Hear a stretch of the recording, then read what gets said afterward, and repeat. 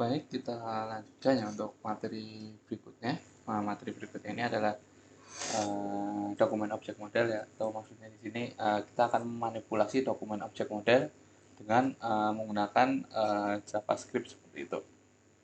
Jadi dengan JavaScript kita akan manipulasi dokumen objek model atau istilahnya ya sederhananya HTML-nya kita ubah-ubah seperti itu. Nah, kita masuk aja ya. Jadi di sini kita akan beberapa topik yang sering akan digunakan seperti itu. Nah, diantaranya adalah mencari elemen HTML, mengontrol event, mengubah konten HTML, merubah atribut HTML, validasi HTML form, kemudian manipulasi CSS.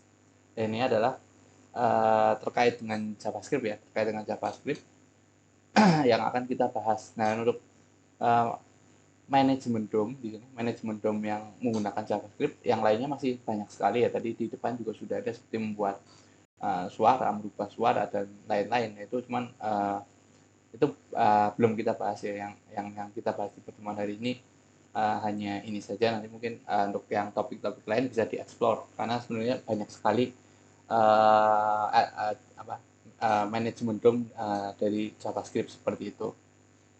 Nah, kita masuk kayak mencari kita masuk ya yang pertama yaitu mencari elemen HTML. Nah, untuk mencari elemen HTML mencari atau memilih ya, memilih ini sebenarnya sama seperti materi kemarin yang sudah kita jelaskan yaitu CSS ya.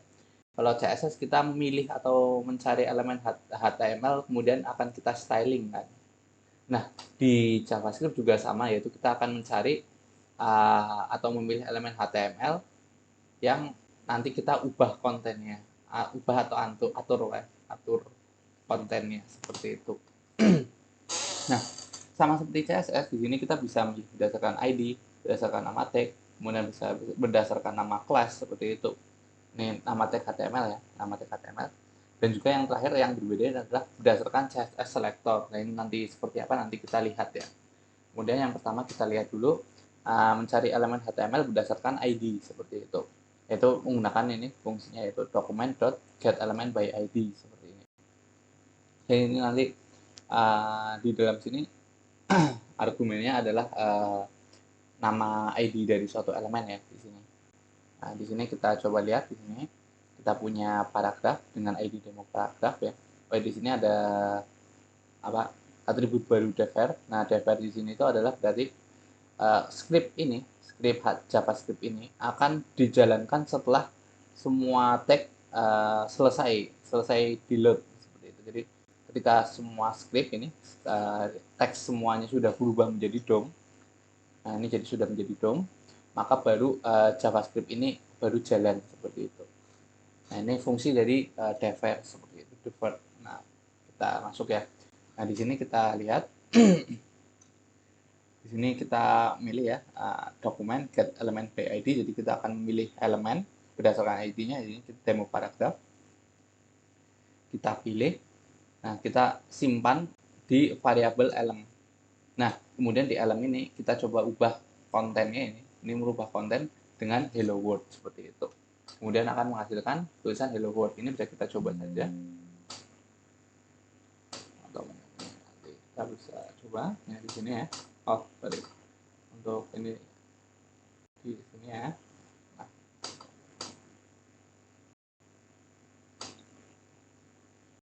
udah, kemudian ininya. Nah, kita pas. Nah, sudah. Nah, sudah ya. Nah, kemudian kita coba lihat. Nah, tadinya harusnya kalau kita lihat di HTML-nya ini tidak ada ya. Tapi karena ketika sudah semuanya jalan kemudian si app.js ini di load, maka ini akan merubah isi kontennya menjadi tulisan hello world dari si elemen demo paragraf seperti itu. Saya kira masih mudah ya, itu maksudnya. Kita bisa lanjutkan cari elemen HTML berdasarkan tag name. Nah, untuk yang berdasarkan tag name di sini maksudnya adalah mencari elemen HTML berdasarkan tag HTML-nya seperti itu. Nah, jadi di sini misal langsung saja ya kita punya 2P di sini. Nah, kemudian di dalam file JavaScript-nya kita akan memilih tag P ini dan kemudian kita ubah salah satunya dengan hello world seperti itu. Di sini kita ini ya, ubah. Jadi karena ketika mencari elemen HTML berdasarkan tag name, ini kita ingat ya, kalau ID itu pasti hanya satu di satu file HTML ya, seperti itu ya. Hanya ada satu tag untuk satu ID untuk satu elemen. Nah, sedangkan tag name ini kan bisa banyak sekali gitu dalam satu file HTML. Sehingga yang dikembalikan dari ini adalah array seperti itu. Array of element HTML seperti itu. Nah, sehingga untuk kita memilih elemen HTML-nya, kita harus akses menggunakan indeksnya seperti itu. Ini bisa kita coba saja. Kita copy ya. Kemudian kita paste di sini. Kita sini saja. Ini kita copy ya, sama saja. Ini copy. Kemudian kita paste di sini. Nah, sudah ya, terlihat. Nah, ini kita akan merubah elemen dengan indeks 1, berarti elemen kedua dengan tulisan hello world. Jadi kalau dari sini kita lihat ya, paragraf 2-nya akan berubah menjadi hello world. Gitu. Ini bisa kita coba. Nah, ini ya, paragraf 1, paragraf 2. Nah, yang karena kita masukkan JavaScript-nya di sini, paragraf 2 kita ubah jadi hello world. Ini bisa kita ubah juga, misalnya elemen pertama seperti itu. Nah, ini ya. Atau bisa kita ubah keduanya, yaitu dengan menggunakan yang tadi kita sudah pelajari, yaitu for of. Yang lebih cepat ya. Nah, ini. Jadi kita bisa for of saja. Kemudian itu iterator bisa kita langsung saja inner HTML. Nah, HTML sama dengan hello world. Nah, seperti ini. Nah, ini bisa nanti keduanya akan berubah menjadi hello world karena ini keduanya berupa array ya. Array kemudian diakses elemennya sehingga ini menjadi nilainya adalah elemen HTML. Seperti itu. Kita refresh ya, dua-duanya menjadi hello world. Saya kira mudah ya, berdasarkan tag name ya, ininya ya hanya dengan get elements by tag name. Seperti ini ada S-nya ya, jangan lupa. Kita lanjut. Nah, ini ada juga yang berdasarkan nama class ya. Kalau nama class ya berdasarkan ininya berarti ini nama class. Nah, ini sama seperti tag ya. Untuk class itu bisa satu class bisa untuk beberapa elemen. Jadi untuk get element by class name ini juga akan menghasilkan yaitu array seperti itu. Array of element. Nah, seperti itu. Nah, sama saja ini kita tinggal get element by class name, kemudian kita pilih nama kelasnya yang kita inginkan di sini. Nah, kemudian kita ubah elemennya seperti itu. Sebenarnya sama saja sih. Tinggal tergantung kebutuhan, kita ingin berdasarkan select nama kelasnya atau select ininya, elemennya seperti itu. Nama kelas atau nama tag ya maksudnya. Nama tag HTML ya. Nah, ini kita bisa coba ya. Sama saja. Ini bisa satu. Ini masih sama ya, atau nanti bisa kita juga looping seperti itu, looping dengan yang ini. Nah, class name tadi apa? Sample class. Nah, ini ya, sama saja seperti itu. Nah, itu ya tadi saya kira masih mudah dipahami ya. Jadi sama seperti CSS ya, bisa class, bisa tag, bisa ID seperti itu. Nah, kemudian, nah ini ada juga ya, berdasarkan CSS selectornya. Jadi kita menggunakan cara kita memilih CSS selector yang kemarin. Kita bisa menggunakan tag yang misalnya hanya P kayak gitu, seperti ini. Atau menggunakan pagar untuk ID seperti itu. Atau menggunakan titik untuk yang kelas. Nah, itu bisa kita implementasi ya untuk metode memilihnya seperti ini dengan menggunakan ini query selector ya, atau query selector.al. Kalau query selector.al query selector.al ini akan menghasilkan array of element, dan kalau query selector ini akan langsung menghasilkan elemen elemen pertama seperti itu yang ditemukan. Contohnya ini ya, contohnya ini kita punya ya, di sini kita punya P dengan ID dan class gitu. Nah, ini kita bisa pilih dengan ID. Kalau dengan ID itu dengan pagar ya, ini akan menggantikan elemen ya, returnnya adalah elemen. Sedangkan kalau yang query selector all ini kita menggunakannya untuk class ya, dot class gitu. Kita menggunakan ini untuk mengakses arraynya, kita tahu yaitu dengan index seperti itu. Ini bisa kita coba. Kita coba saja.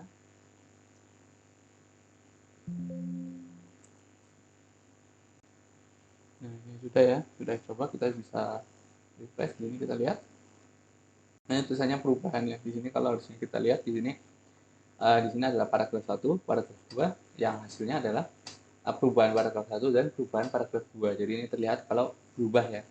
Karena ini apa beda atau mungkin bedanya apa sih query selector dan query selector. Kita juga bisa misalnya ini kita nggak pakai ini dulu. Kita komentari. Nah, kemudian kita copy ya.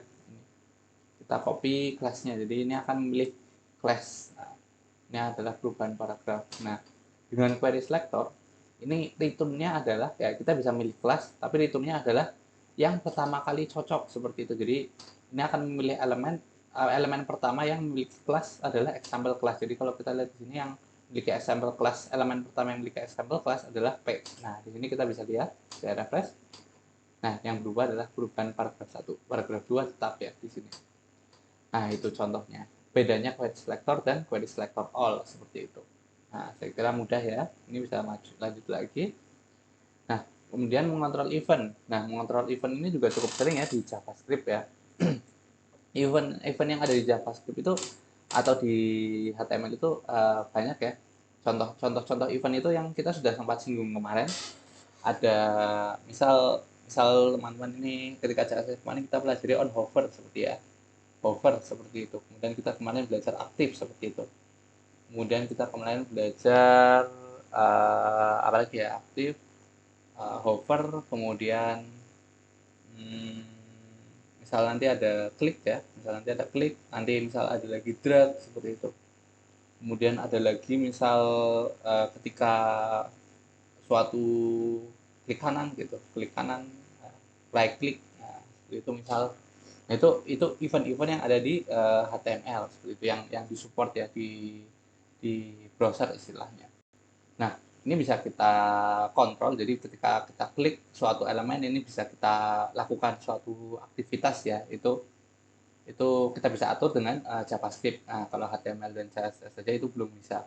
Nah, ini di sini saya akan bahas untuk yang klik ya, karena ini salah satu event yang paling sering dipakai ya. Nah, di sini ada dua cara, yaitu untuk kita memberi event pada suatu elemen dokumen ya, yaitu dengan event, kemudian yang kedua dengan event listener seperti itu. Untuk yang event ini kita menggunakannya dari JavaScript, dari HTML ya. Di sini kita lihat, ini kita punya elemen button. Nah, kemudian di sini ada eventnya yaitu on click. Nah, ketika button ini diklik, maka akan menjalankan suatu JavaScript. Nah, ini click me. Nah, click me di sini akan merujuk ke suatu file di JavaScript, yaitu akan melakukan print button click. Nah, seperti itu. Kita coba saja.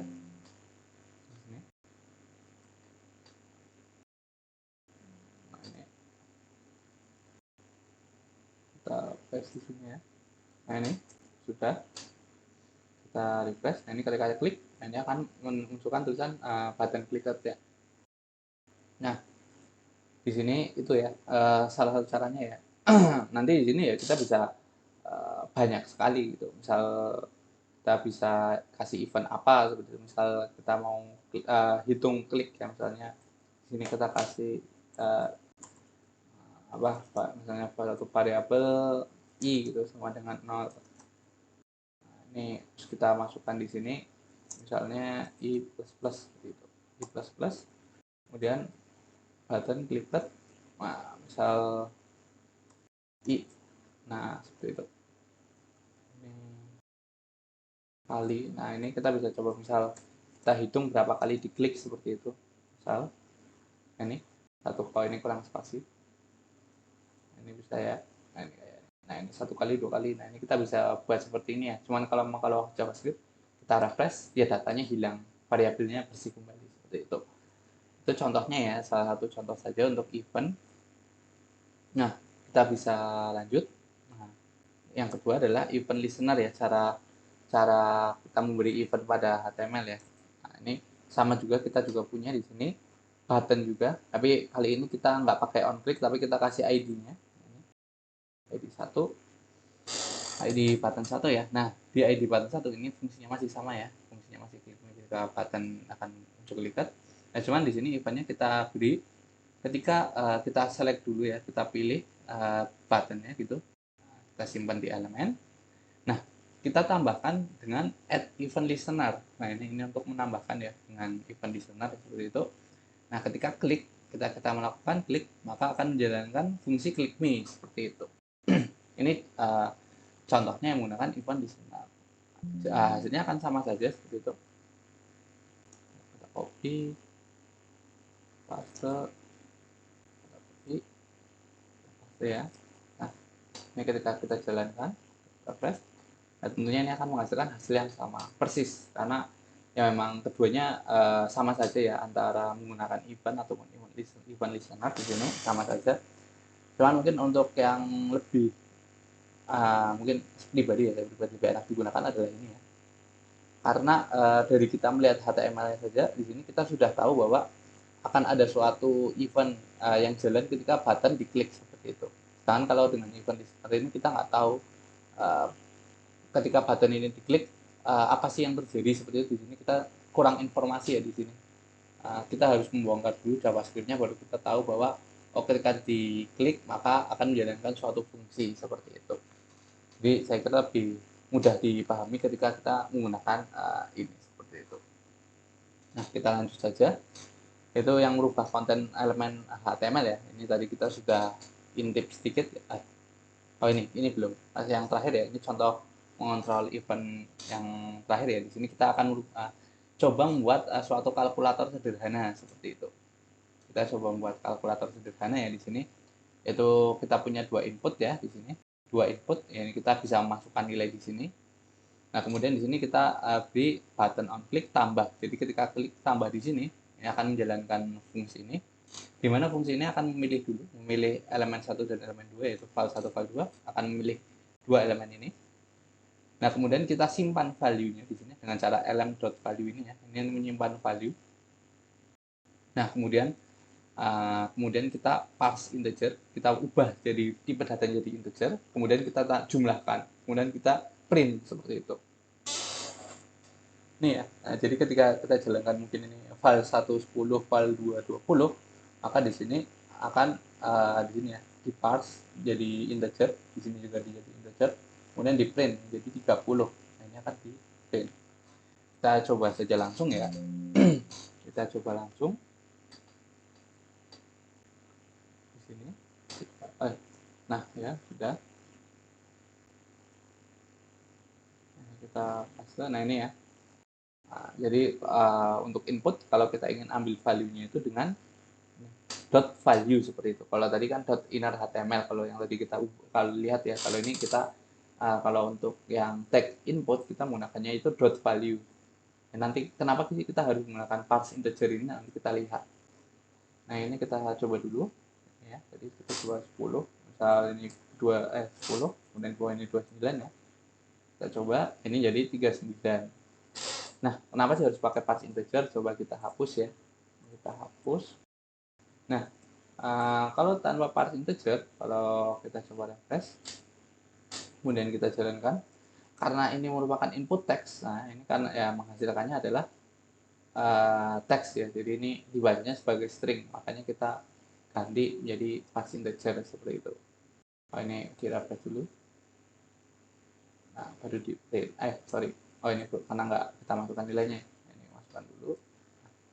Tambah. Atau kita bisa juga bikin kurang seperti itu. Atau bagi atau kali seperti itu. Nah, atau juga mungkin kalau misalnya nilainya nggak mau ditulis di console log, kita juga bisa buat mungkin di sini seperti result ya, seperti itu. Misalnya caps lock B. Nah, kita tutup. Kita kasih ID misal result. Nah, di sini akan menampilkan hasilnya. Jadi kita bisa taruh hasilnya itu dengan dokumen get elemen PID bisa, atau pakai query selector bisa. Kita inner HTML sama dengan result. Ini bisa kita refresh, kemudian kita jalankan lagi. Nah, hasilnya akan muncul. Itu contohnya. Ini kalkulator sederhana ya. Nah, contoh ini sederhana sekali sih, hanya tambah. Nanti bisa kurang, bagi, kali, atau kita bisa modifikasi jadi tampilan kalkulator yang kita kenal seperti itu, bisa saja seperti itu. tinggal mainan CSS dan JavaScript-nya juga seperti itu. Kita lanjut lagi ya, saya kira sudah paham yang ini, yaitu yang ini kita akan merubah konten elemen HTML ya. Ini sudah kita intip tadi dari inner HTML ya, dan value seperti itu. Nah ini kita masuk tambah satu lagi, yaitu inner text. Nah apa sih beda ketiganya? Untuk value ini berjalan di input ya, yang pasti bedanya ya untuk yang value. Nah, kemudian apa sih bedanya? Tinggal apa bedanya antara inner HTML dan inner text di sini. Di sini kita punya dua paragraf. Ini paragraf 1 dan paragraf 2 ya. Nah, ini kita akan ubah kontennya di sini. Kita dengan ketika buttonnya itu diklik, yaitu dengan change content, ini akan merubah elemen kontennya. Di sini kita ubah value-nya input ini menjadi perubahan value. Paragraf 1 inner HTML-nya kita akan beri ini ya, suatu link ya. Kita coba isi suatu link. Dan untuk paragraf 2 inner text-nya kita ubah menjadi perubahan inner text seperti itu. Ini kita bisa coba saja. Di sini udah ya. Udah. Kita paste. Nah, ini kita bisa lihat ya di sini elemennya kelihatan. Nah, di sini kita lihat ini input ya, input paragraf, kemudian kita cek konten. Ketika kita klik, nah si paragraf ini akan muncul nilai. Nah, si paragraf 1 akan menjadi ahref, dan kalau kita lihat di sini kita lihat ya, di sini jadi ada ahref, ini ada paragraf 2 ada nilai tulisannya, dan ini ada value-nya seperti itu. Nah, lalu bedanya inner HTML dan inner text apa sih? Nah, ini kalau inner text, tapi di dalamnya kita isi tag HTML, maka ini tidak akan berubah menjadi HTML seperti itu. Ini dibaca sebagai teks. Kita bisa lihat di sini, kita refresh. Nah, di sini ya, kalau yang ini berubah menjadi HTML menggunakan jadinya suatu tag HTML ya. Sedangkan kalau ini hanya menjadi teks saja seperti itu. Jadi itu bedanya inner text dan inner HTML seperti itu.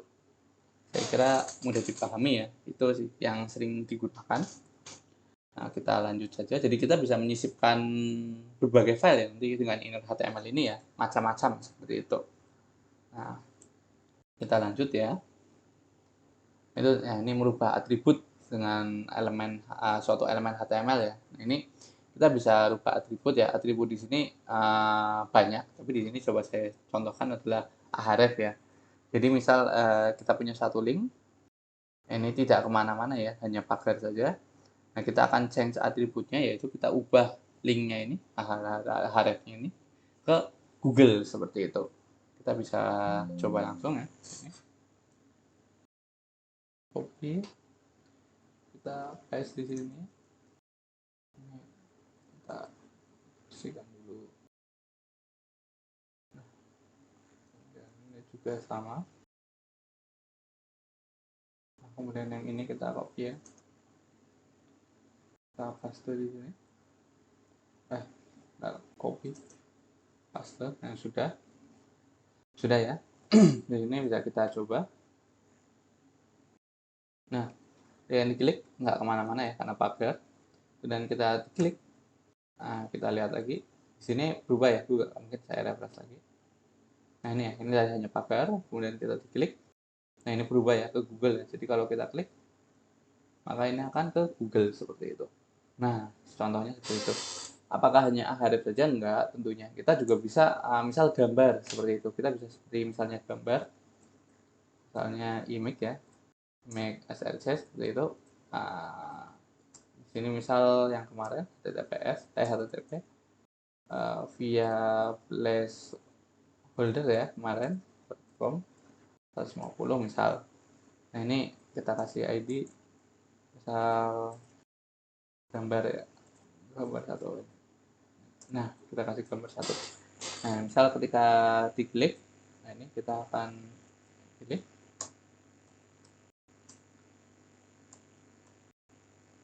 Kita bisa ubah source-nya itu menjadi misal HTTP misal sama saja cuman beda ukuran, misal 500 seperti itu. Nah, ini bisa juga. Nah ini bisa kita coba ya, kita refresh. Ini misalnya kita ini ya muncul, nah ketika klik, nah ini menjadi besar seperti itu karena mengganti source-nya seperti itu. Itu contoh ini ya, itu contoh merubah atribut seperti itu. Jadi bisa saja kita ketika kita mau merubah atributnya seperti itu. Saya kira mudah dipahami ya masih ya. Kita bisa lanjut. Nah, kemudian ini salah satu yang sering digunakan adalah untuk validasi form seperti itu. Ini kita akan coba mengenal ya satu apa, fungsi lagi yaitu dengan dokumen form. Nah, dokumen form ini kita gunakan untuk memilih form seperti itu. Nah, ini ya. Nah, ini kita punya ya, kita punya form. Ya ini sederhana saja, kita punya username ya, kemudian kita password ya, kemudian kita submit. Jadi di halaman ini kita punya mengisi username password, terus kita akan melakukan validasi seperti itu. Di sini kita lihat name adalah login form, berarti name dari formnya adalah login form. Nah, metodenya adalah post. Nah, di sini metode ada post ya karena username password yang kita ingat kemarin ya. Kalau datanya ini merupakan data yang penting ya, kredensial ya. Password di sini adalah data penting yang nggak boleh terlihat ya. Ini kita menggunakannya post seperti itu. Kemudian on submit, jadi ini suatu event juga, event ya, suatu event juga on submit, itu ketika di submit di sini akan melakukan validasi form seperti itu. Nah, di sini akan validasi event seperti itu. Nah, event di sini berarti kita akan mengirimkan informasi bahwa ketika submit, nah ini akan dikirimkan bahwa form ini akan, data E ini akan dinilai on submit seperti itu. Itu contohnya ya. Nah, di sini kita lihat juga input text. Di sini kita kasih name-nya untuk mengidentifikasi input ini untuk apa. Di sini juga kita kasih name untuk mengidentifikasi input ini untuk input apa seperti itu. Nah, kita masuk ke sini ya. Ketika sudah diklik gitu, misal submit diklik, maka akan menjalankan fungsi validate form event ini. Seperti kita lihat ke JavaScript. Nah, yang pertama ini adalah e.prevent default. Nah, prevent default ini adalah suatu event ya, suatu event untuk mencegah aksi seperti itu. Jadi ketika ini akan submit, terus kita prevent berarti tidak jadi submit seperti itu. Jadi flow yang ada di HTML ya, HTML form, jadi ya HTML. Di dalam HTML yang punya form ini biasanya akan langsung mengirimkan ke suatu server. Nah, ketika suatu submit diklik, jadi datanya akan langsung dikirim ke server seperti itu. Nah, karena di sini kita masukkan dulu perintah suatu JavaScript, jadi HTML-nya akan ke JavaScript ya, di sini JavaScript. Nah, di sini kita cegah on submit-nya, di sini on submit ya. Nah, di sini kita cegah dengan prevent default, maka di sini kita memutus alirannya. Jadi kita cegah untuk HTML mengirimkan data ke server seperti itu. Jadi dari HTML yang akan jalannya di JavaScript saja seperti itu. Nah, di JavaScript ini kita lihat ya, itu username-nya kita simpan ya dengan dokumen form, kurung kotak login form ya, berarti ini akan merujuk form ini. Kemudian username berarti akan mencari yang name-nya username. Nah, ini kita lihat ya di sini name-nya username. Value berarti ini value dari ini akan diambil seperti itu. Untuk password juga sama ya, login form, password, value-nya diambil, disimpan di variabel password. Nah, di sini baru ada validasi. Misal username-nya kosong atau password-nya kosong, di sini maka menampilkan alert field perlu diisi. Sedangkan kalau sudah diisi, nah ini, kalau keduanya sudah isi seperti itu, maka yang jalan adalah ini. Dokumen form, login form, .submit. Nah, fungsi .submit ini maka akan melanjutkan yang tadi kita ini ya, kita cegah di sini. Nah, kita lanjutkan via JavaScript. Jadi flow-nya akan seperti ini. Jadi JavaScript yang menyuruh mengirim datanya ke server seperti itu. Nah, itu contohnya. Ini kita bisa lihat. Misal discard. Nah, ini kita coba ya, kita jalankan. Nah, ini kita jalankan ya. Misal misal ini refresh. Ini misal kita nggak isi. Nah, ini maka akan menampilkan tulisan field perlu diisi. Gitu. Kalau misalnya kita isi salah satu saja, nah ini tab ya, karena yang password dibacanya adalah kosong. Kalau password yang kita isi, maka username-nya akan terbaca kosong. Nah, ini kalau kita kirim dua-duanya, ini akan terpost seperti itu. Ini tandanya post ke suatu server, cuman karena kita tidak definisikan ya di sini action-nya kemana, maka ya nggak kemana-mana seperti itu. Nah, itu ya contoh dari validasi ya. Nah, ini validasi nanti di dalamnya kita bisa custom sekali ya. Nah, ini di dalam ini kita bisa custom sekali. Mungkin sekedar info ya, mungkin untuk bawaan ini sebenarnya sudah ada. Jadi misal di sini teman-teman bisa menambahkan atribut required, misal atribut required di sini, maka secara otomatis ketika kosong akan memunculkan tolong diisi seperti itu. Ini juga ya. Nah, sama saja. Nah, cuman bedanya adalah kalau kita menggunakan JavaScript itu kita bisa custom sekali. Kita bisa custom ya di sini. Ini kalau ini kan kita batasi kosong ya. Kita bisa ubah misal misal seperti apa? Mungkin kalau ingin yang kompleksnya nanti teman-teman bisa mencoba membaca ini ya. Namanya regex seperti itu. Ini untuk validasi string ya. Nah, ini tapi ini kompleks, nanti saya contohkan dulu yang gampang. Semisal contohnya misal username ini atau nomor username ini harus diawali dengan plus 62 misalnya, kan kayak gitu ya. Misalnya kita punya kasus suatu suatu nilai atau suatu nomor telepon harus depannya plus 62 seperti itu kan. Kadang kita punya kasus seperti itu kita bisa saja definisikan ya, seperti misal ini tinggal kita ini misalnya passwordnya kita hapus dulu. Ini nanti yang baiknya nanti menggunakan regex ya, cuman ini contoh saja. Misal di sini misal 0. Nah, ini kalau ini dipaksakan sekali sih. Nah, ini misal plus 62. Nah, ini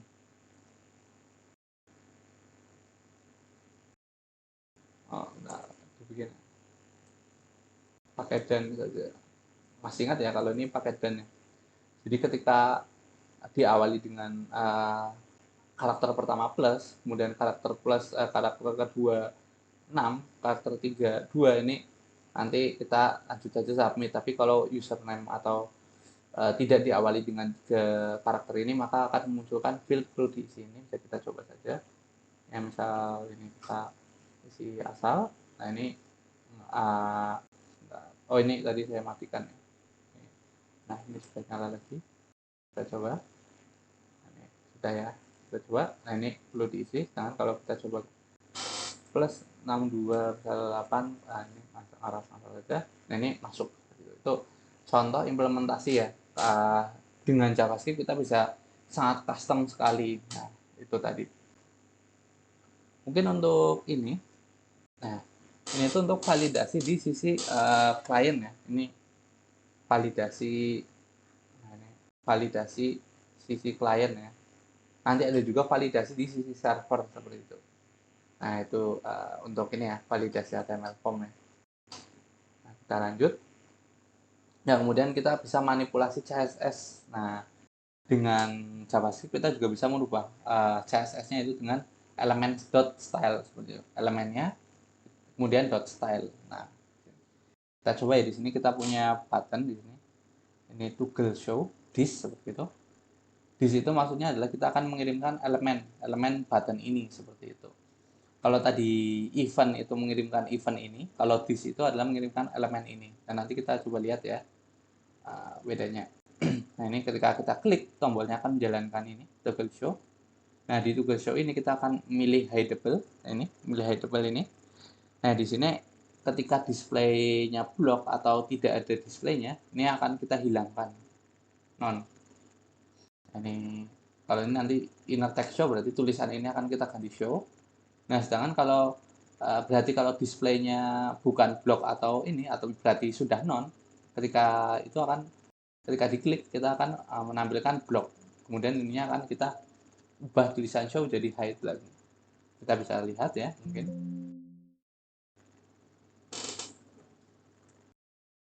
Kita bisa coba saja. Ini kita coba. Nah, ini kita bisa refresh. Nah, ini ya. Ini kita coba lihat. Nah, ini mungkin dari sini ya. Nah, ini ya.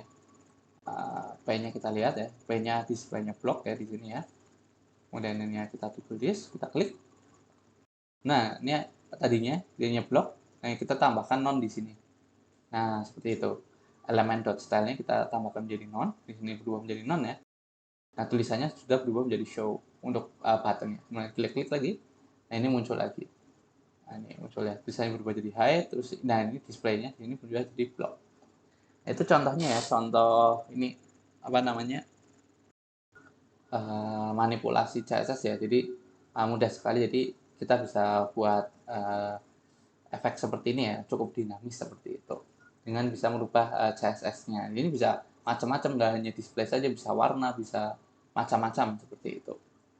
Nah, itu contohnya ya, ini kenapa kita gunakannya this. Nah, sebenarnya kalau kita mau print mungkin agar mudah memahami. Nah, ini kita konsol log saja. Apa itu E seperti itu. Kita coba ya, kita refresh. Kemudian kita lihat di konsol, kita klik. Nah, E akan mengembalikan suatu elemen button seperti itu ya, terlihat. Nah, kita coba konsol log lagi. Satunya dulu adalah dokumen get elemen PID. Misal namanya adalah tadi ini belum ada namanya ya. Ini kita kasih ID dulu di sini. Misal ID button 1 misal. Nah, di sini kita pilih button 1. Kita elemen jangan elemen, ya button ya. Ini kita coba bedakan ya antara kita memilih dengan ini dengan memilih dengan E seperti ini. Nah, kita coba bedanya apa. Kita refresh, kita lihat. Nah, keduanya menghasilkan hasil yang sama saja seperti itu. Lihat ya, menghasilkan hasilnya sama saja. Jadi sebenarnya kalau teman-teman menggunakannya ini this ini ya sama saja seperti memilih dengan get element PID ini. Cuman bedanya apa? Misalnya kita punya dua button seperti itu. Nah, ini ya. Misalnya kita punya dua button. Nah, kalau kita menggunakan this di sini. Nah, tadi ya, diklik. Nah, ini kan sama ya, sama. Karena tadi yang diklik button 1 seperti itu. Dan kalau kita klik yang button kedua, nah, untuk button pertama akan memberikan ini ya. Ini ya, mungkin di refresh biar nggak bingung. Ini kita klik. Nah, ini ya. Untuk yang di sini kita akan membalikannya benar. Karena tadi kliknya kita button 2, yang muncul button 2. Tapi karena ini kita buat statis di sini adalah button 1, maka yang terpilih adalah button 1. Jadi tidak praktisnya kalau bukan menggunakan this itu di sini seperti itu. Bedanya ya, terlihat ya bahwa kalau ingin kita langsung manipulasi apa yang diklik sebetulnya manipulasi event ya, elemen yang diberi event, kita bisa menggunakannya this saja seperti itu. Itu contohnya. Atau mungkin alternatifnya misal teman-teman masih agak bingung, ya teman-teman bisa saja misal kirim saja untuk ID-nya. Misal button 1 di sini. Nah, ini teman-teman bisa saja seperti ini. Cuman kurang praktis saja di sini. Tinggal bisa saja misal nggak pakai ini ya. Ini kita ubah jadi E. Kita ubah. Nah, di sini itu ada ini ID-nya. Nah, ini kita copy ini ID-nya. Nah, kita bisa kita simpan ya. Ketika kita refresh, ini. Nah, ini button 1. Kita klik yang ini, button 2 seperti itu. Itu juga salah satu metodenya. Jadi berbagai macam metode bisa seperti itu, bisa menggunakan ini atau bisa ini name-nya yang dikirim atau pakai this seperti itu. Nah, saya kira itu sih ya. Nanti teman-teman bisa explore lagi untuk ini hanya perkenalan saja dengan JavaScript ya. Teman-teman bisa explore lagi banyak sekali nanti dengan JavaScript ya. Membuat web yang lebih interaktif seperti itu, lebih menarik dilihat seperti itu. Mungkin untuk ini dari saya cukup ya, sekian saja untuk materi JavaScript di video kali ini. Terima kasih sudah mendengarkan dan melihat ya, seperti itu. Kalau misal kurang paham bisa diulang-ulang seperti itu. Terima kasih. Wassalamualaikum warahmatullahi wabarakatuh.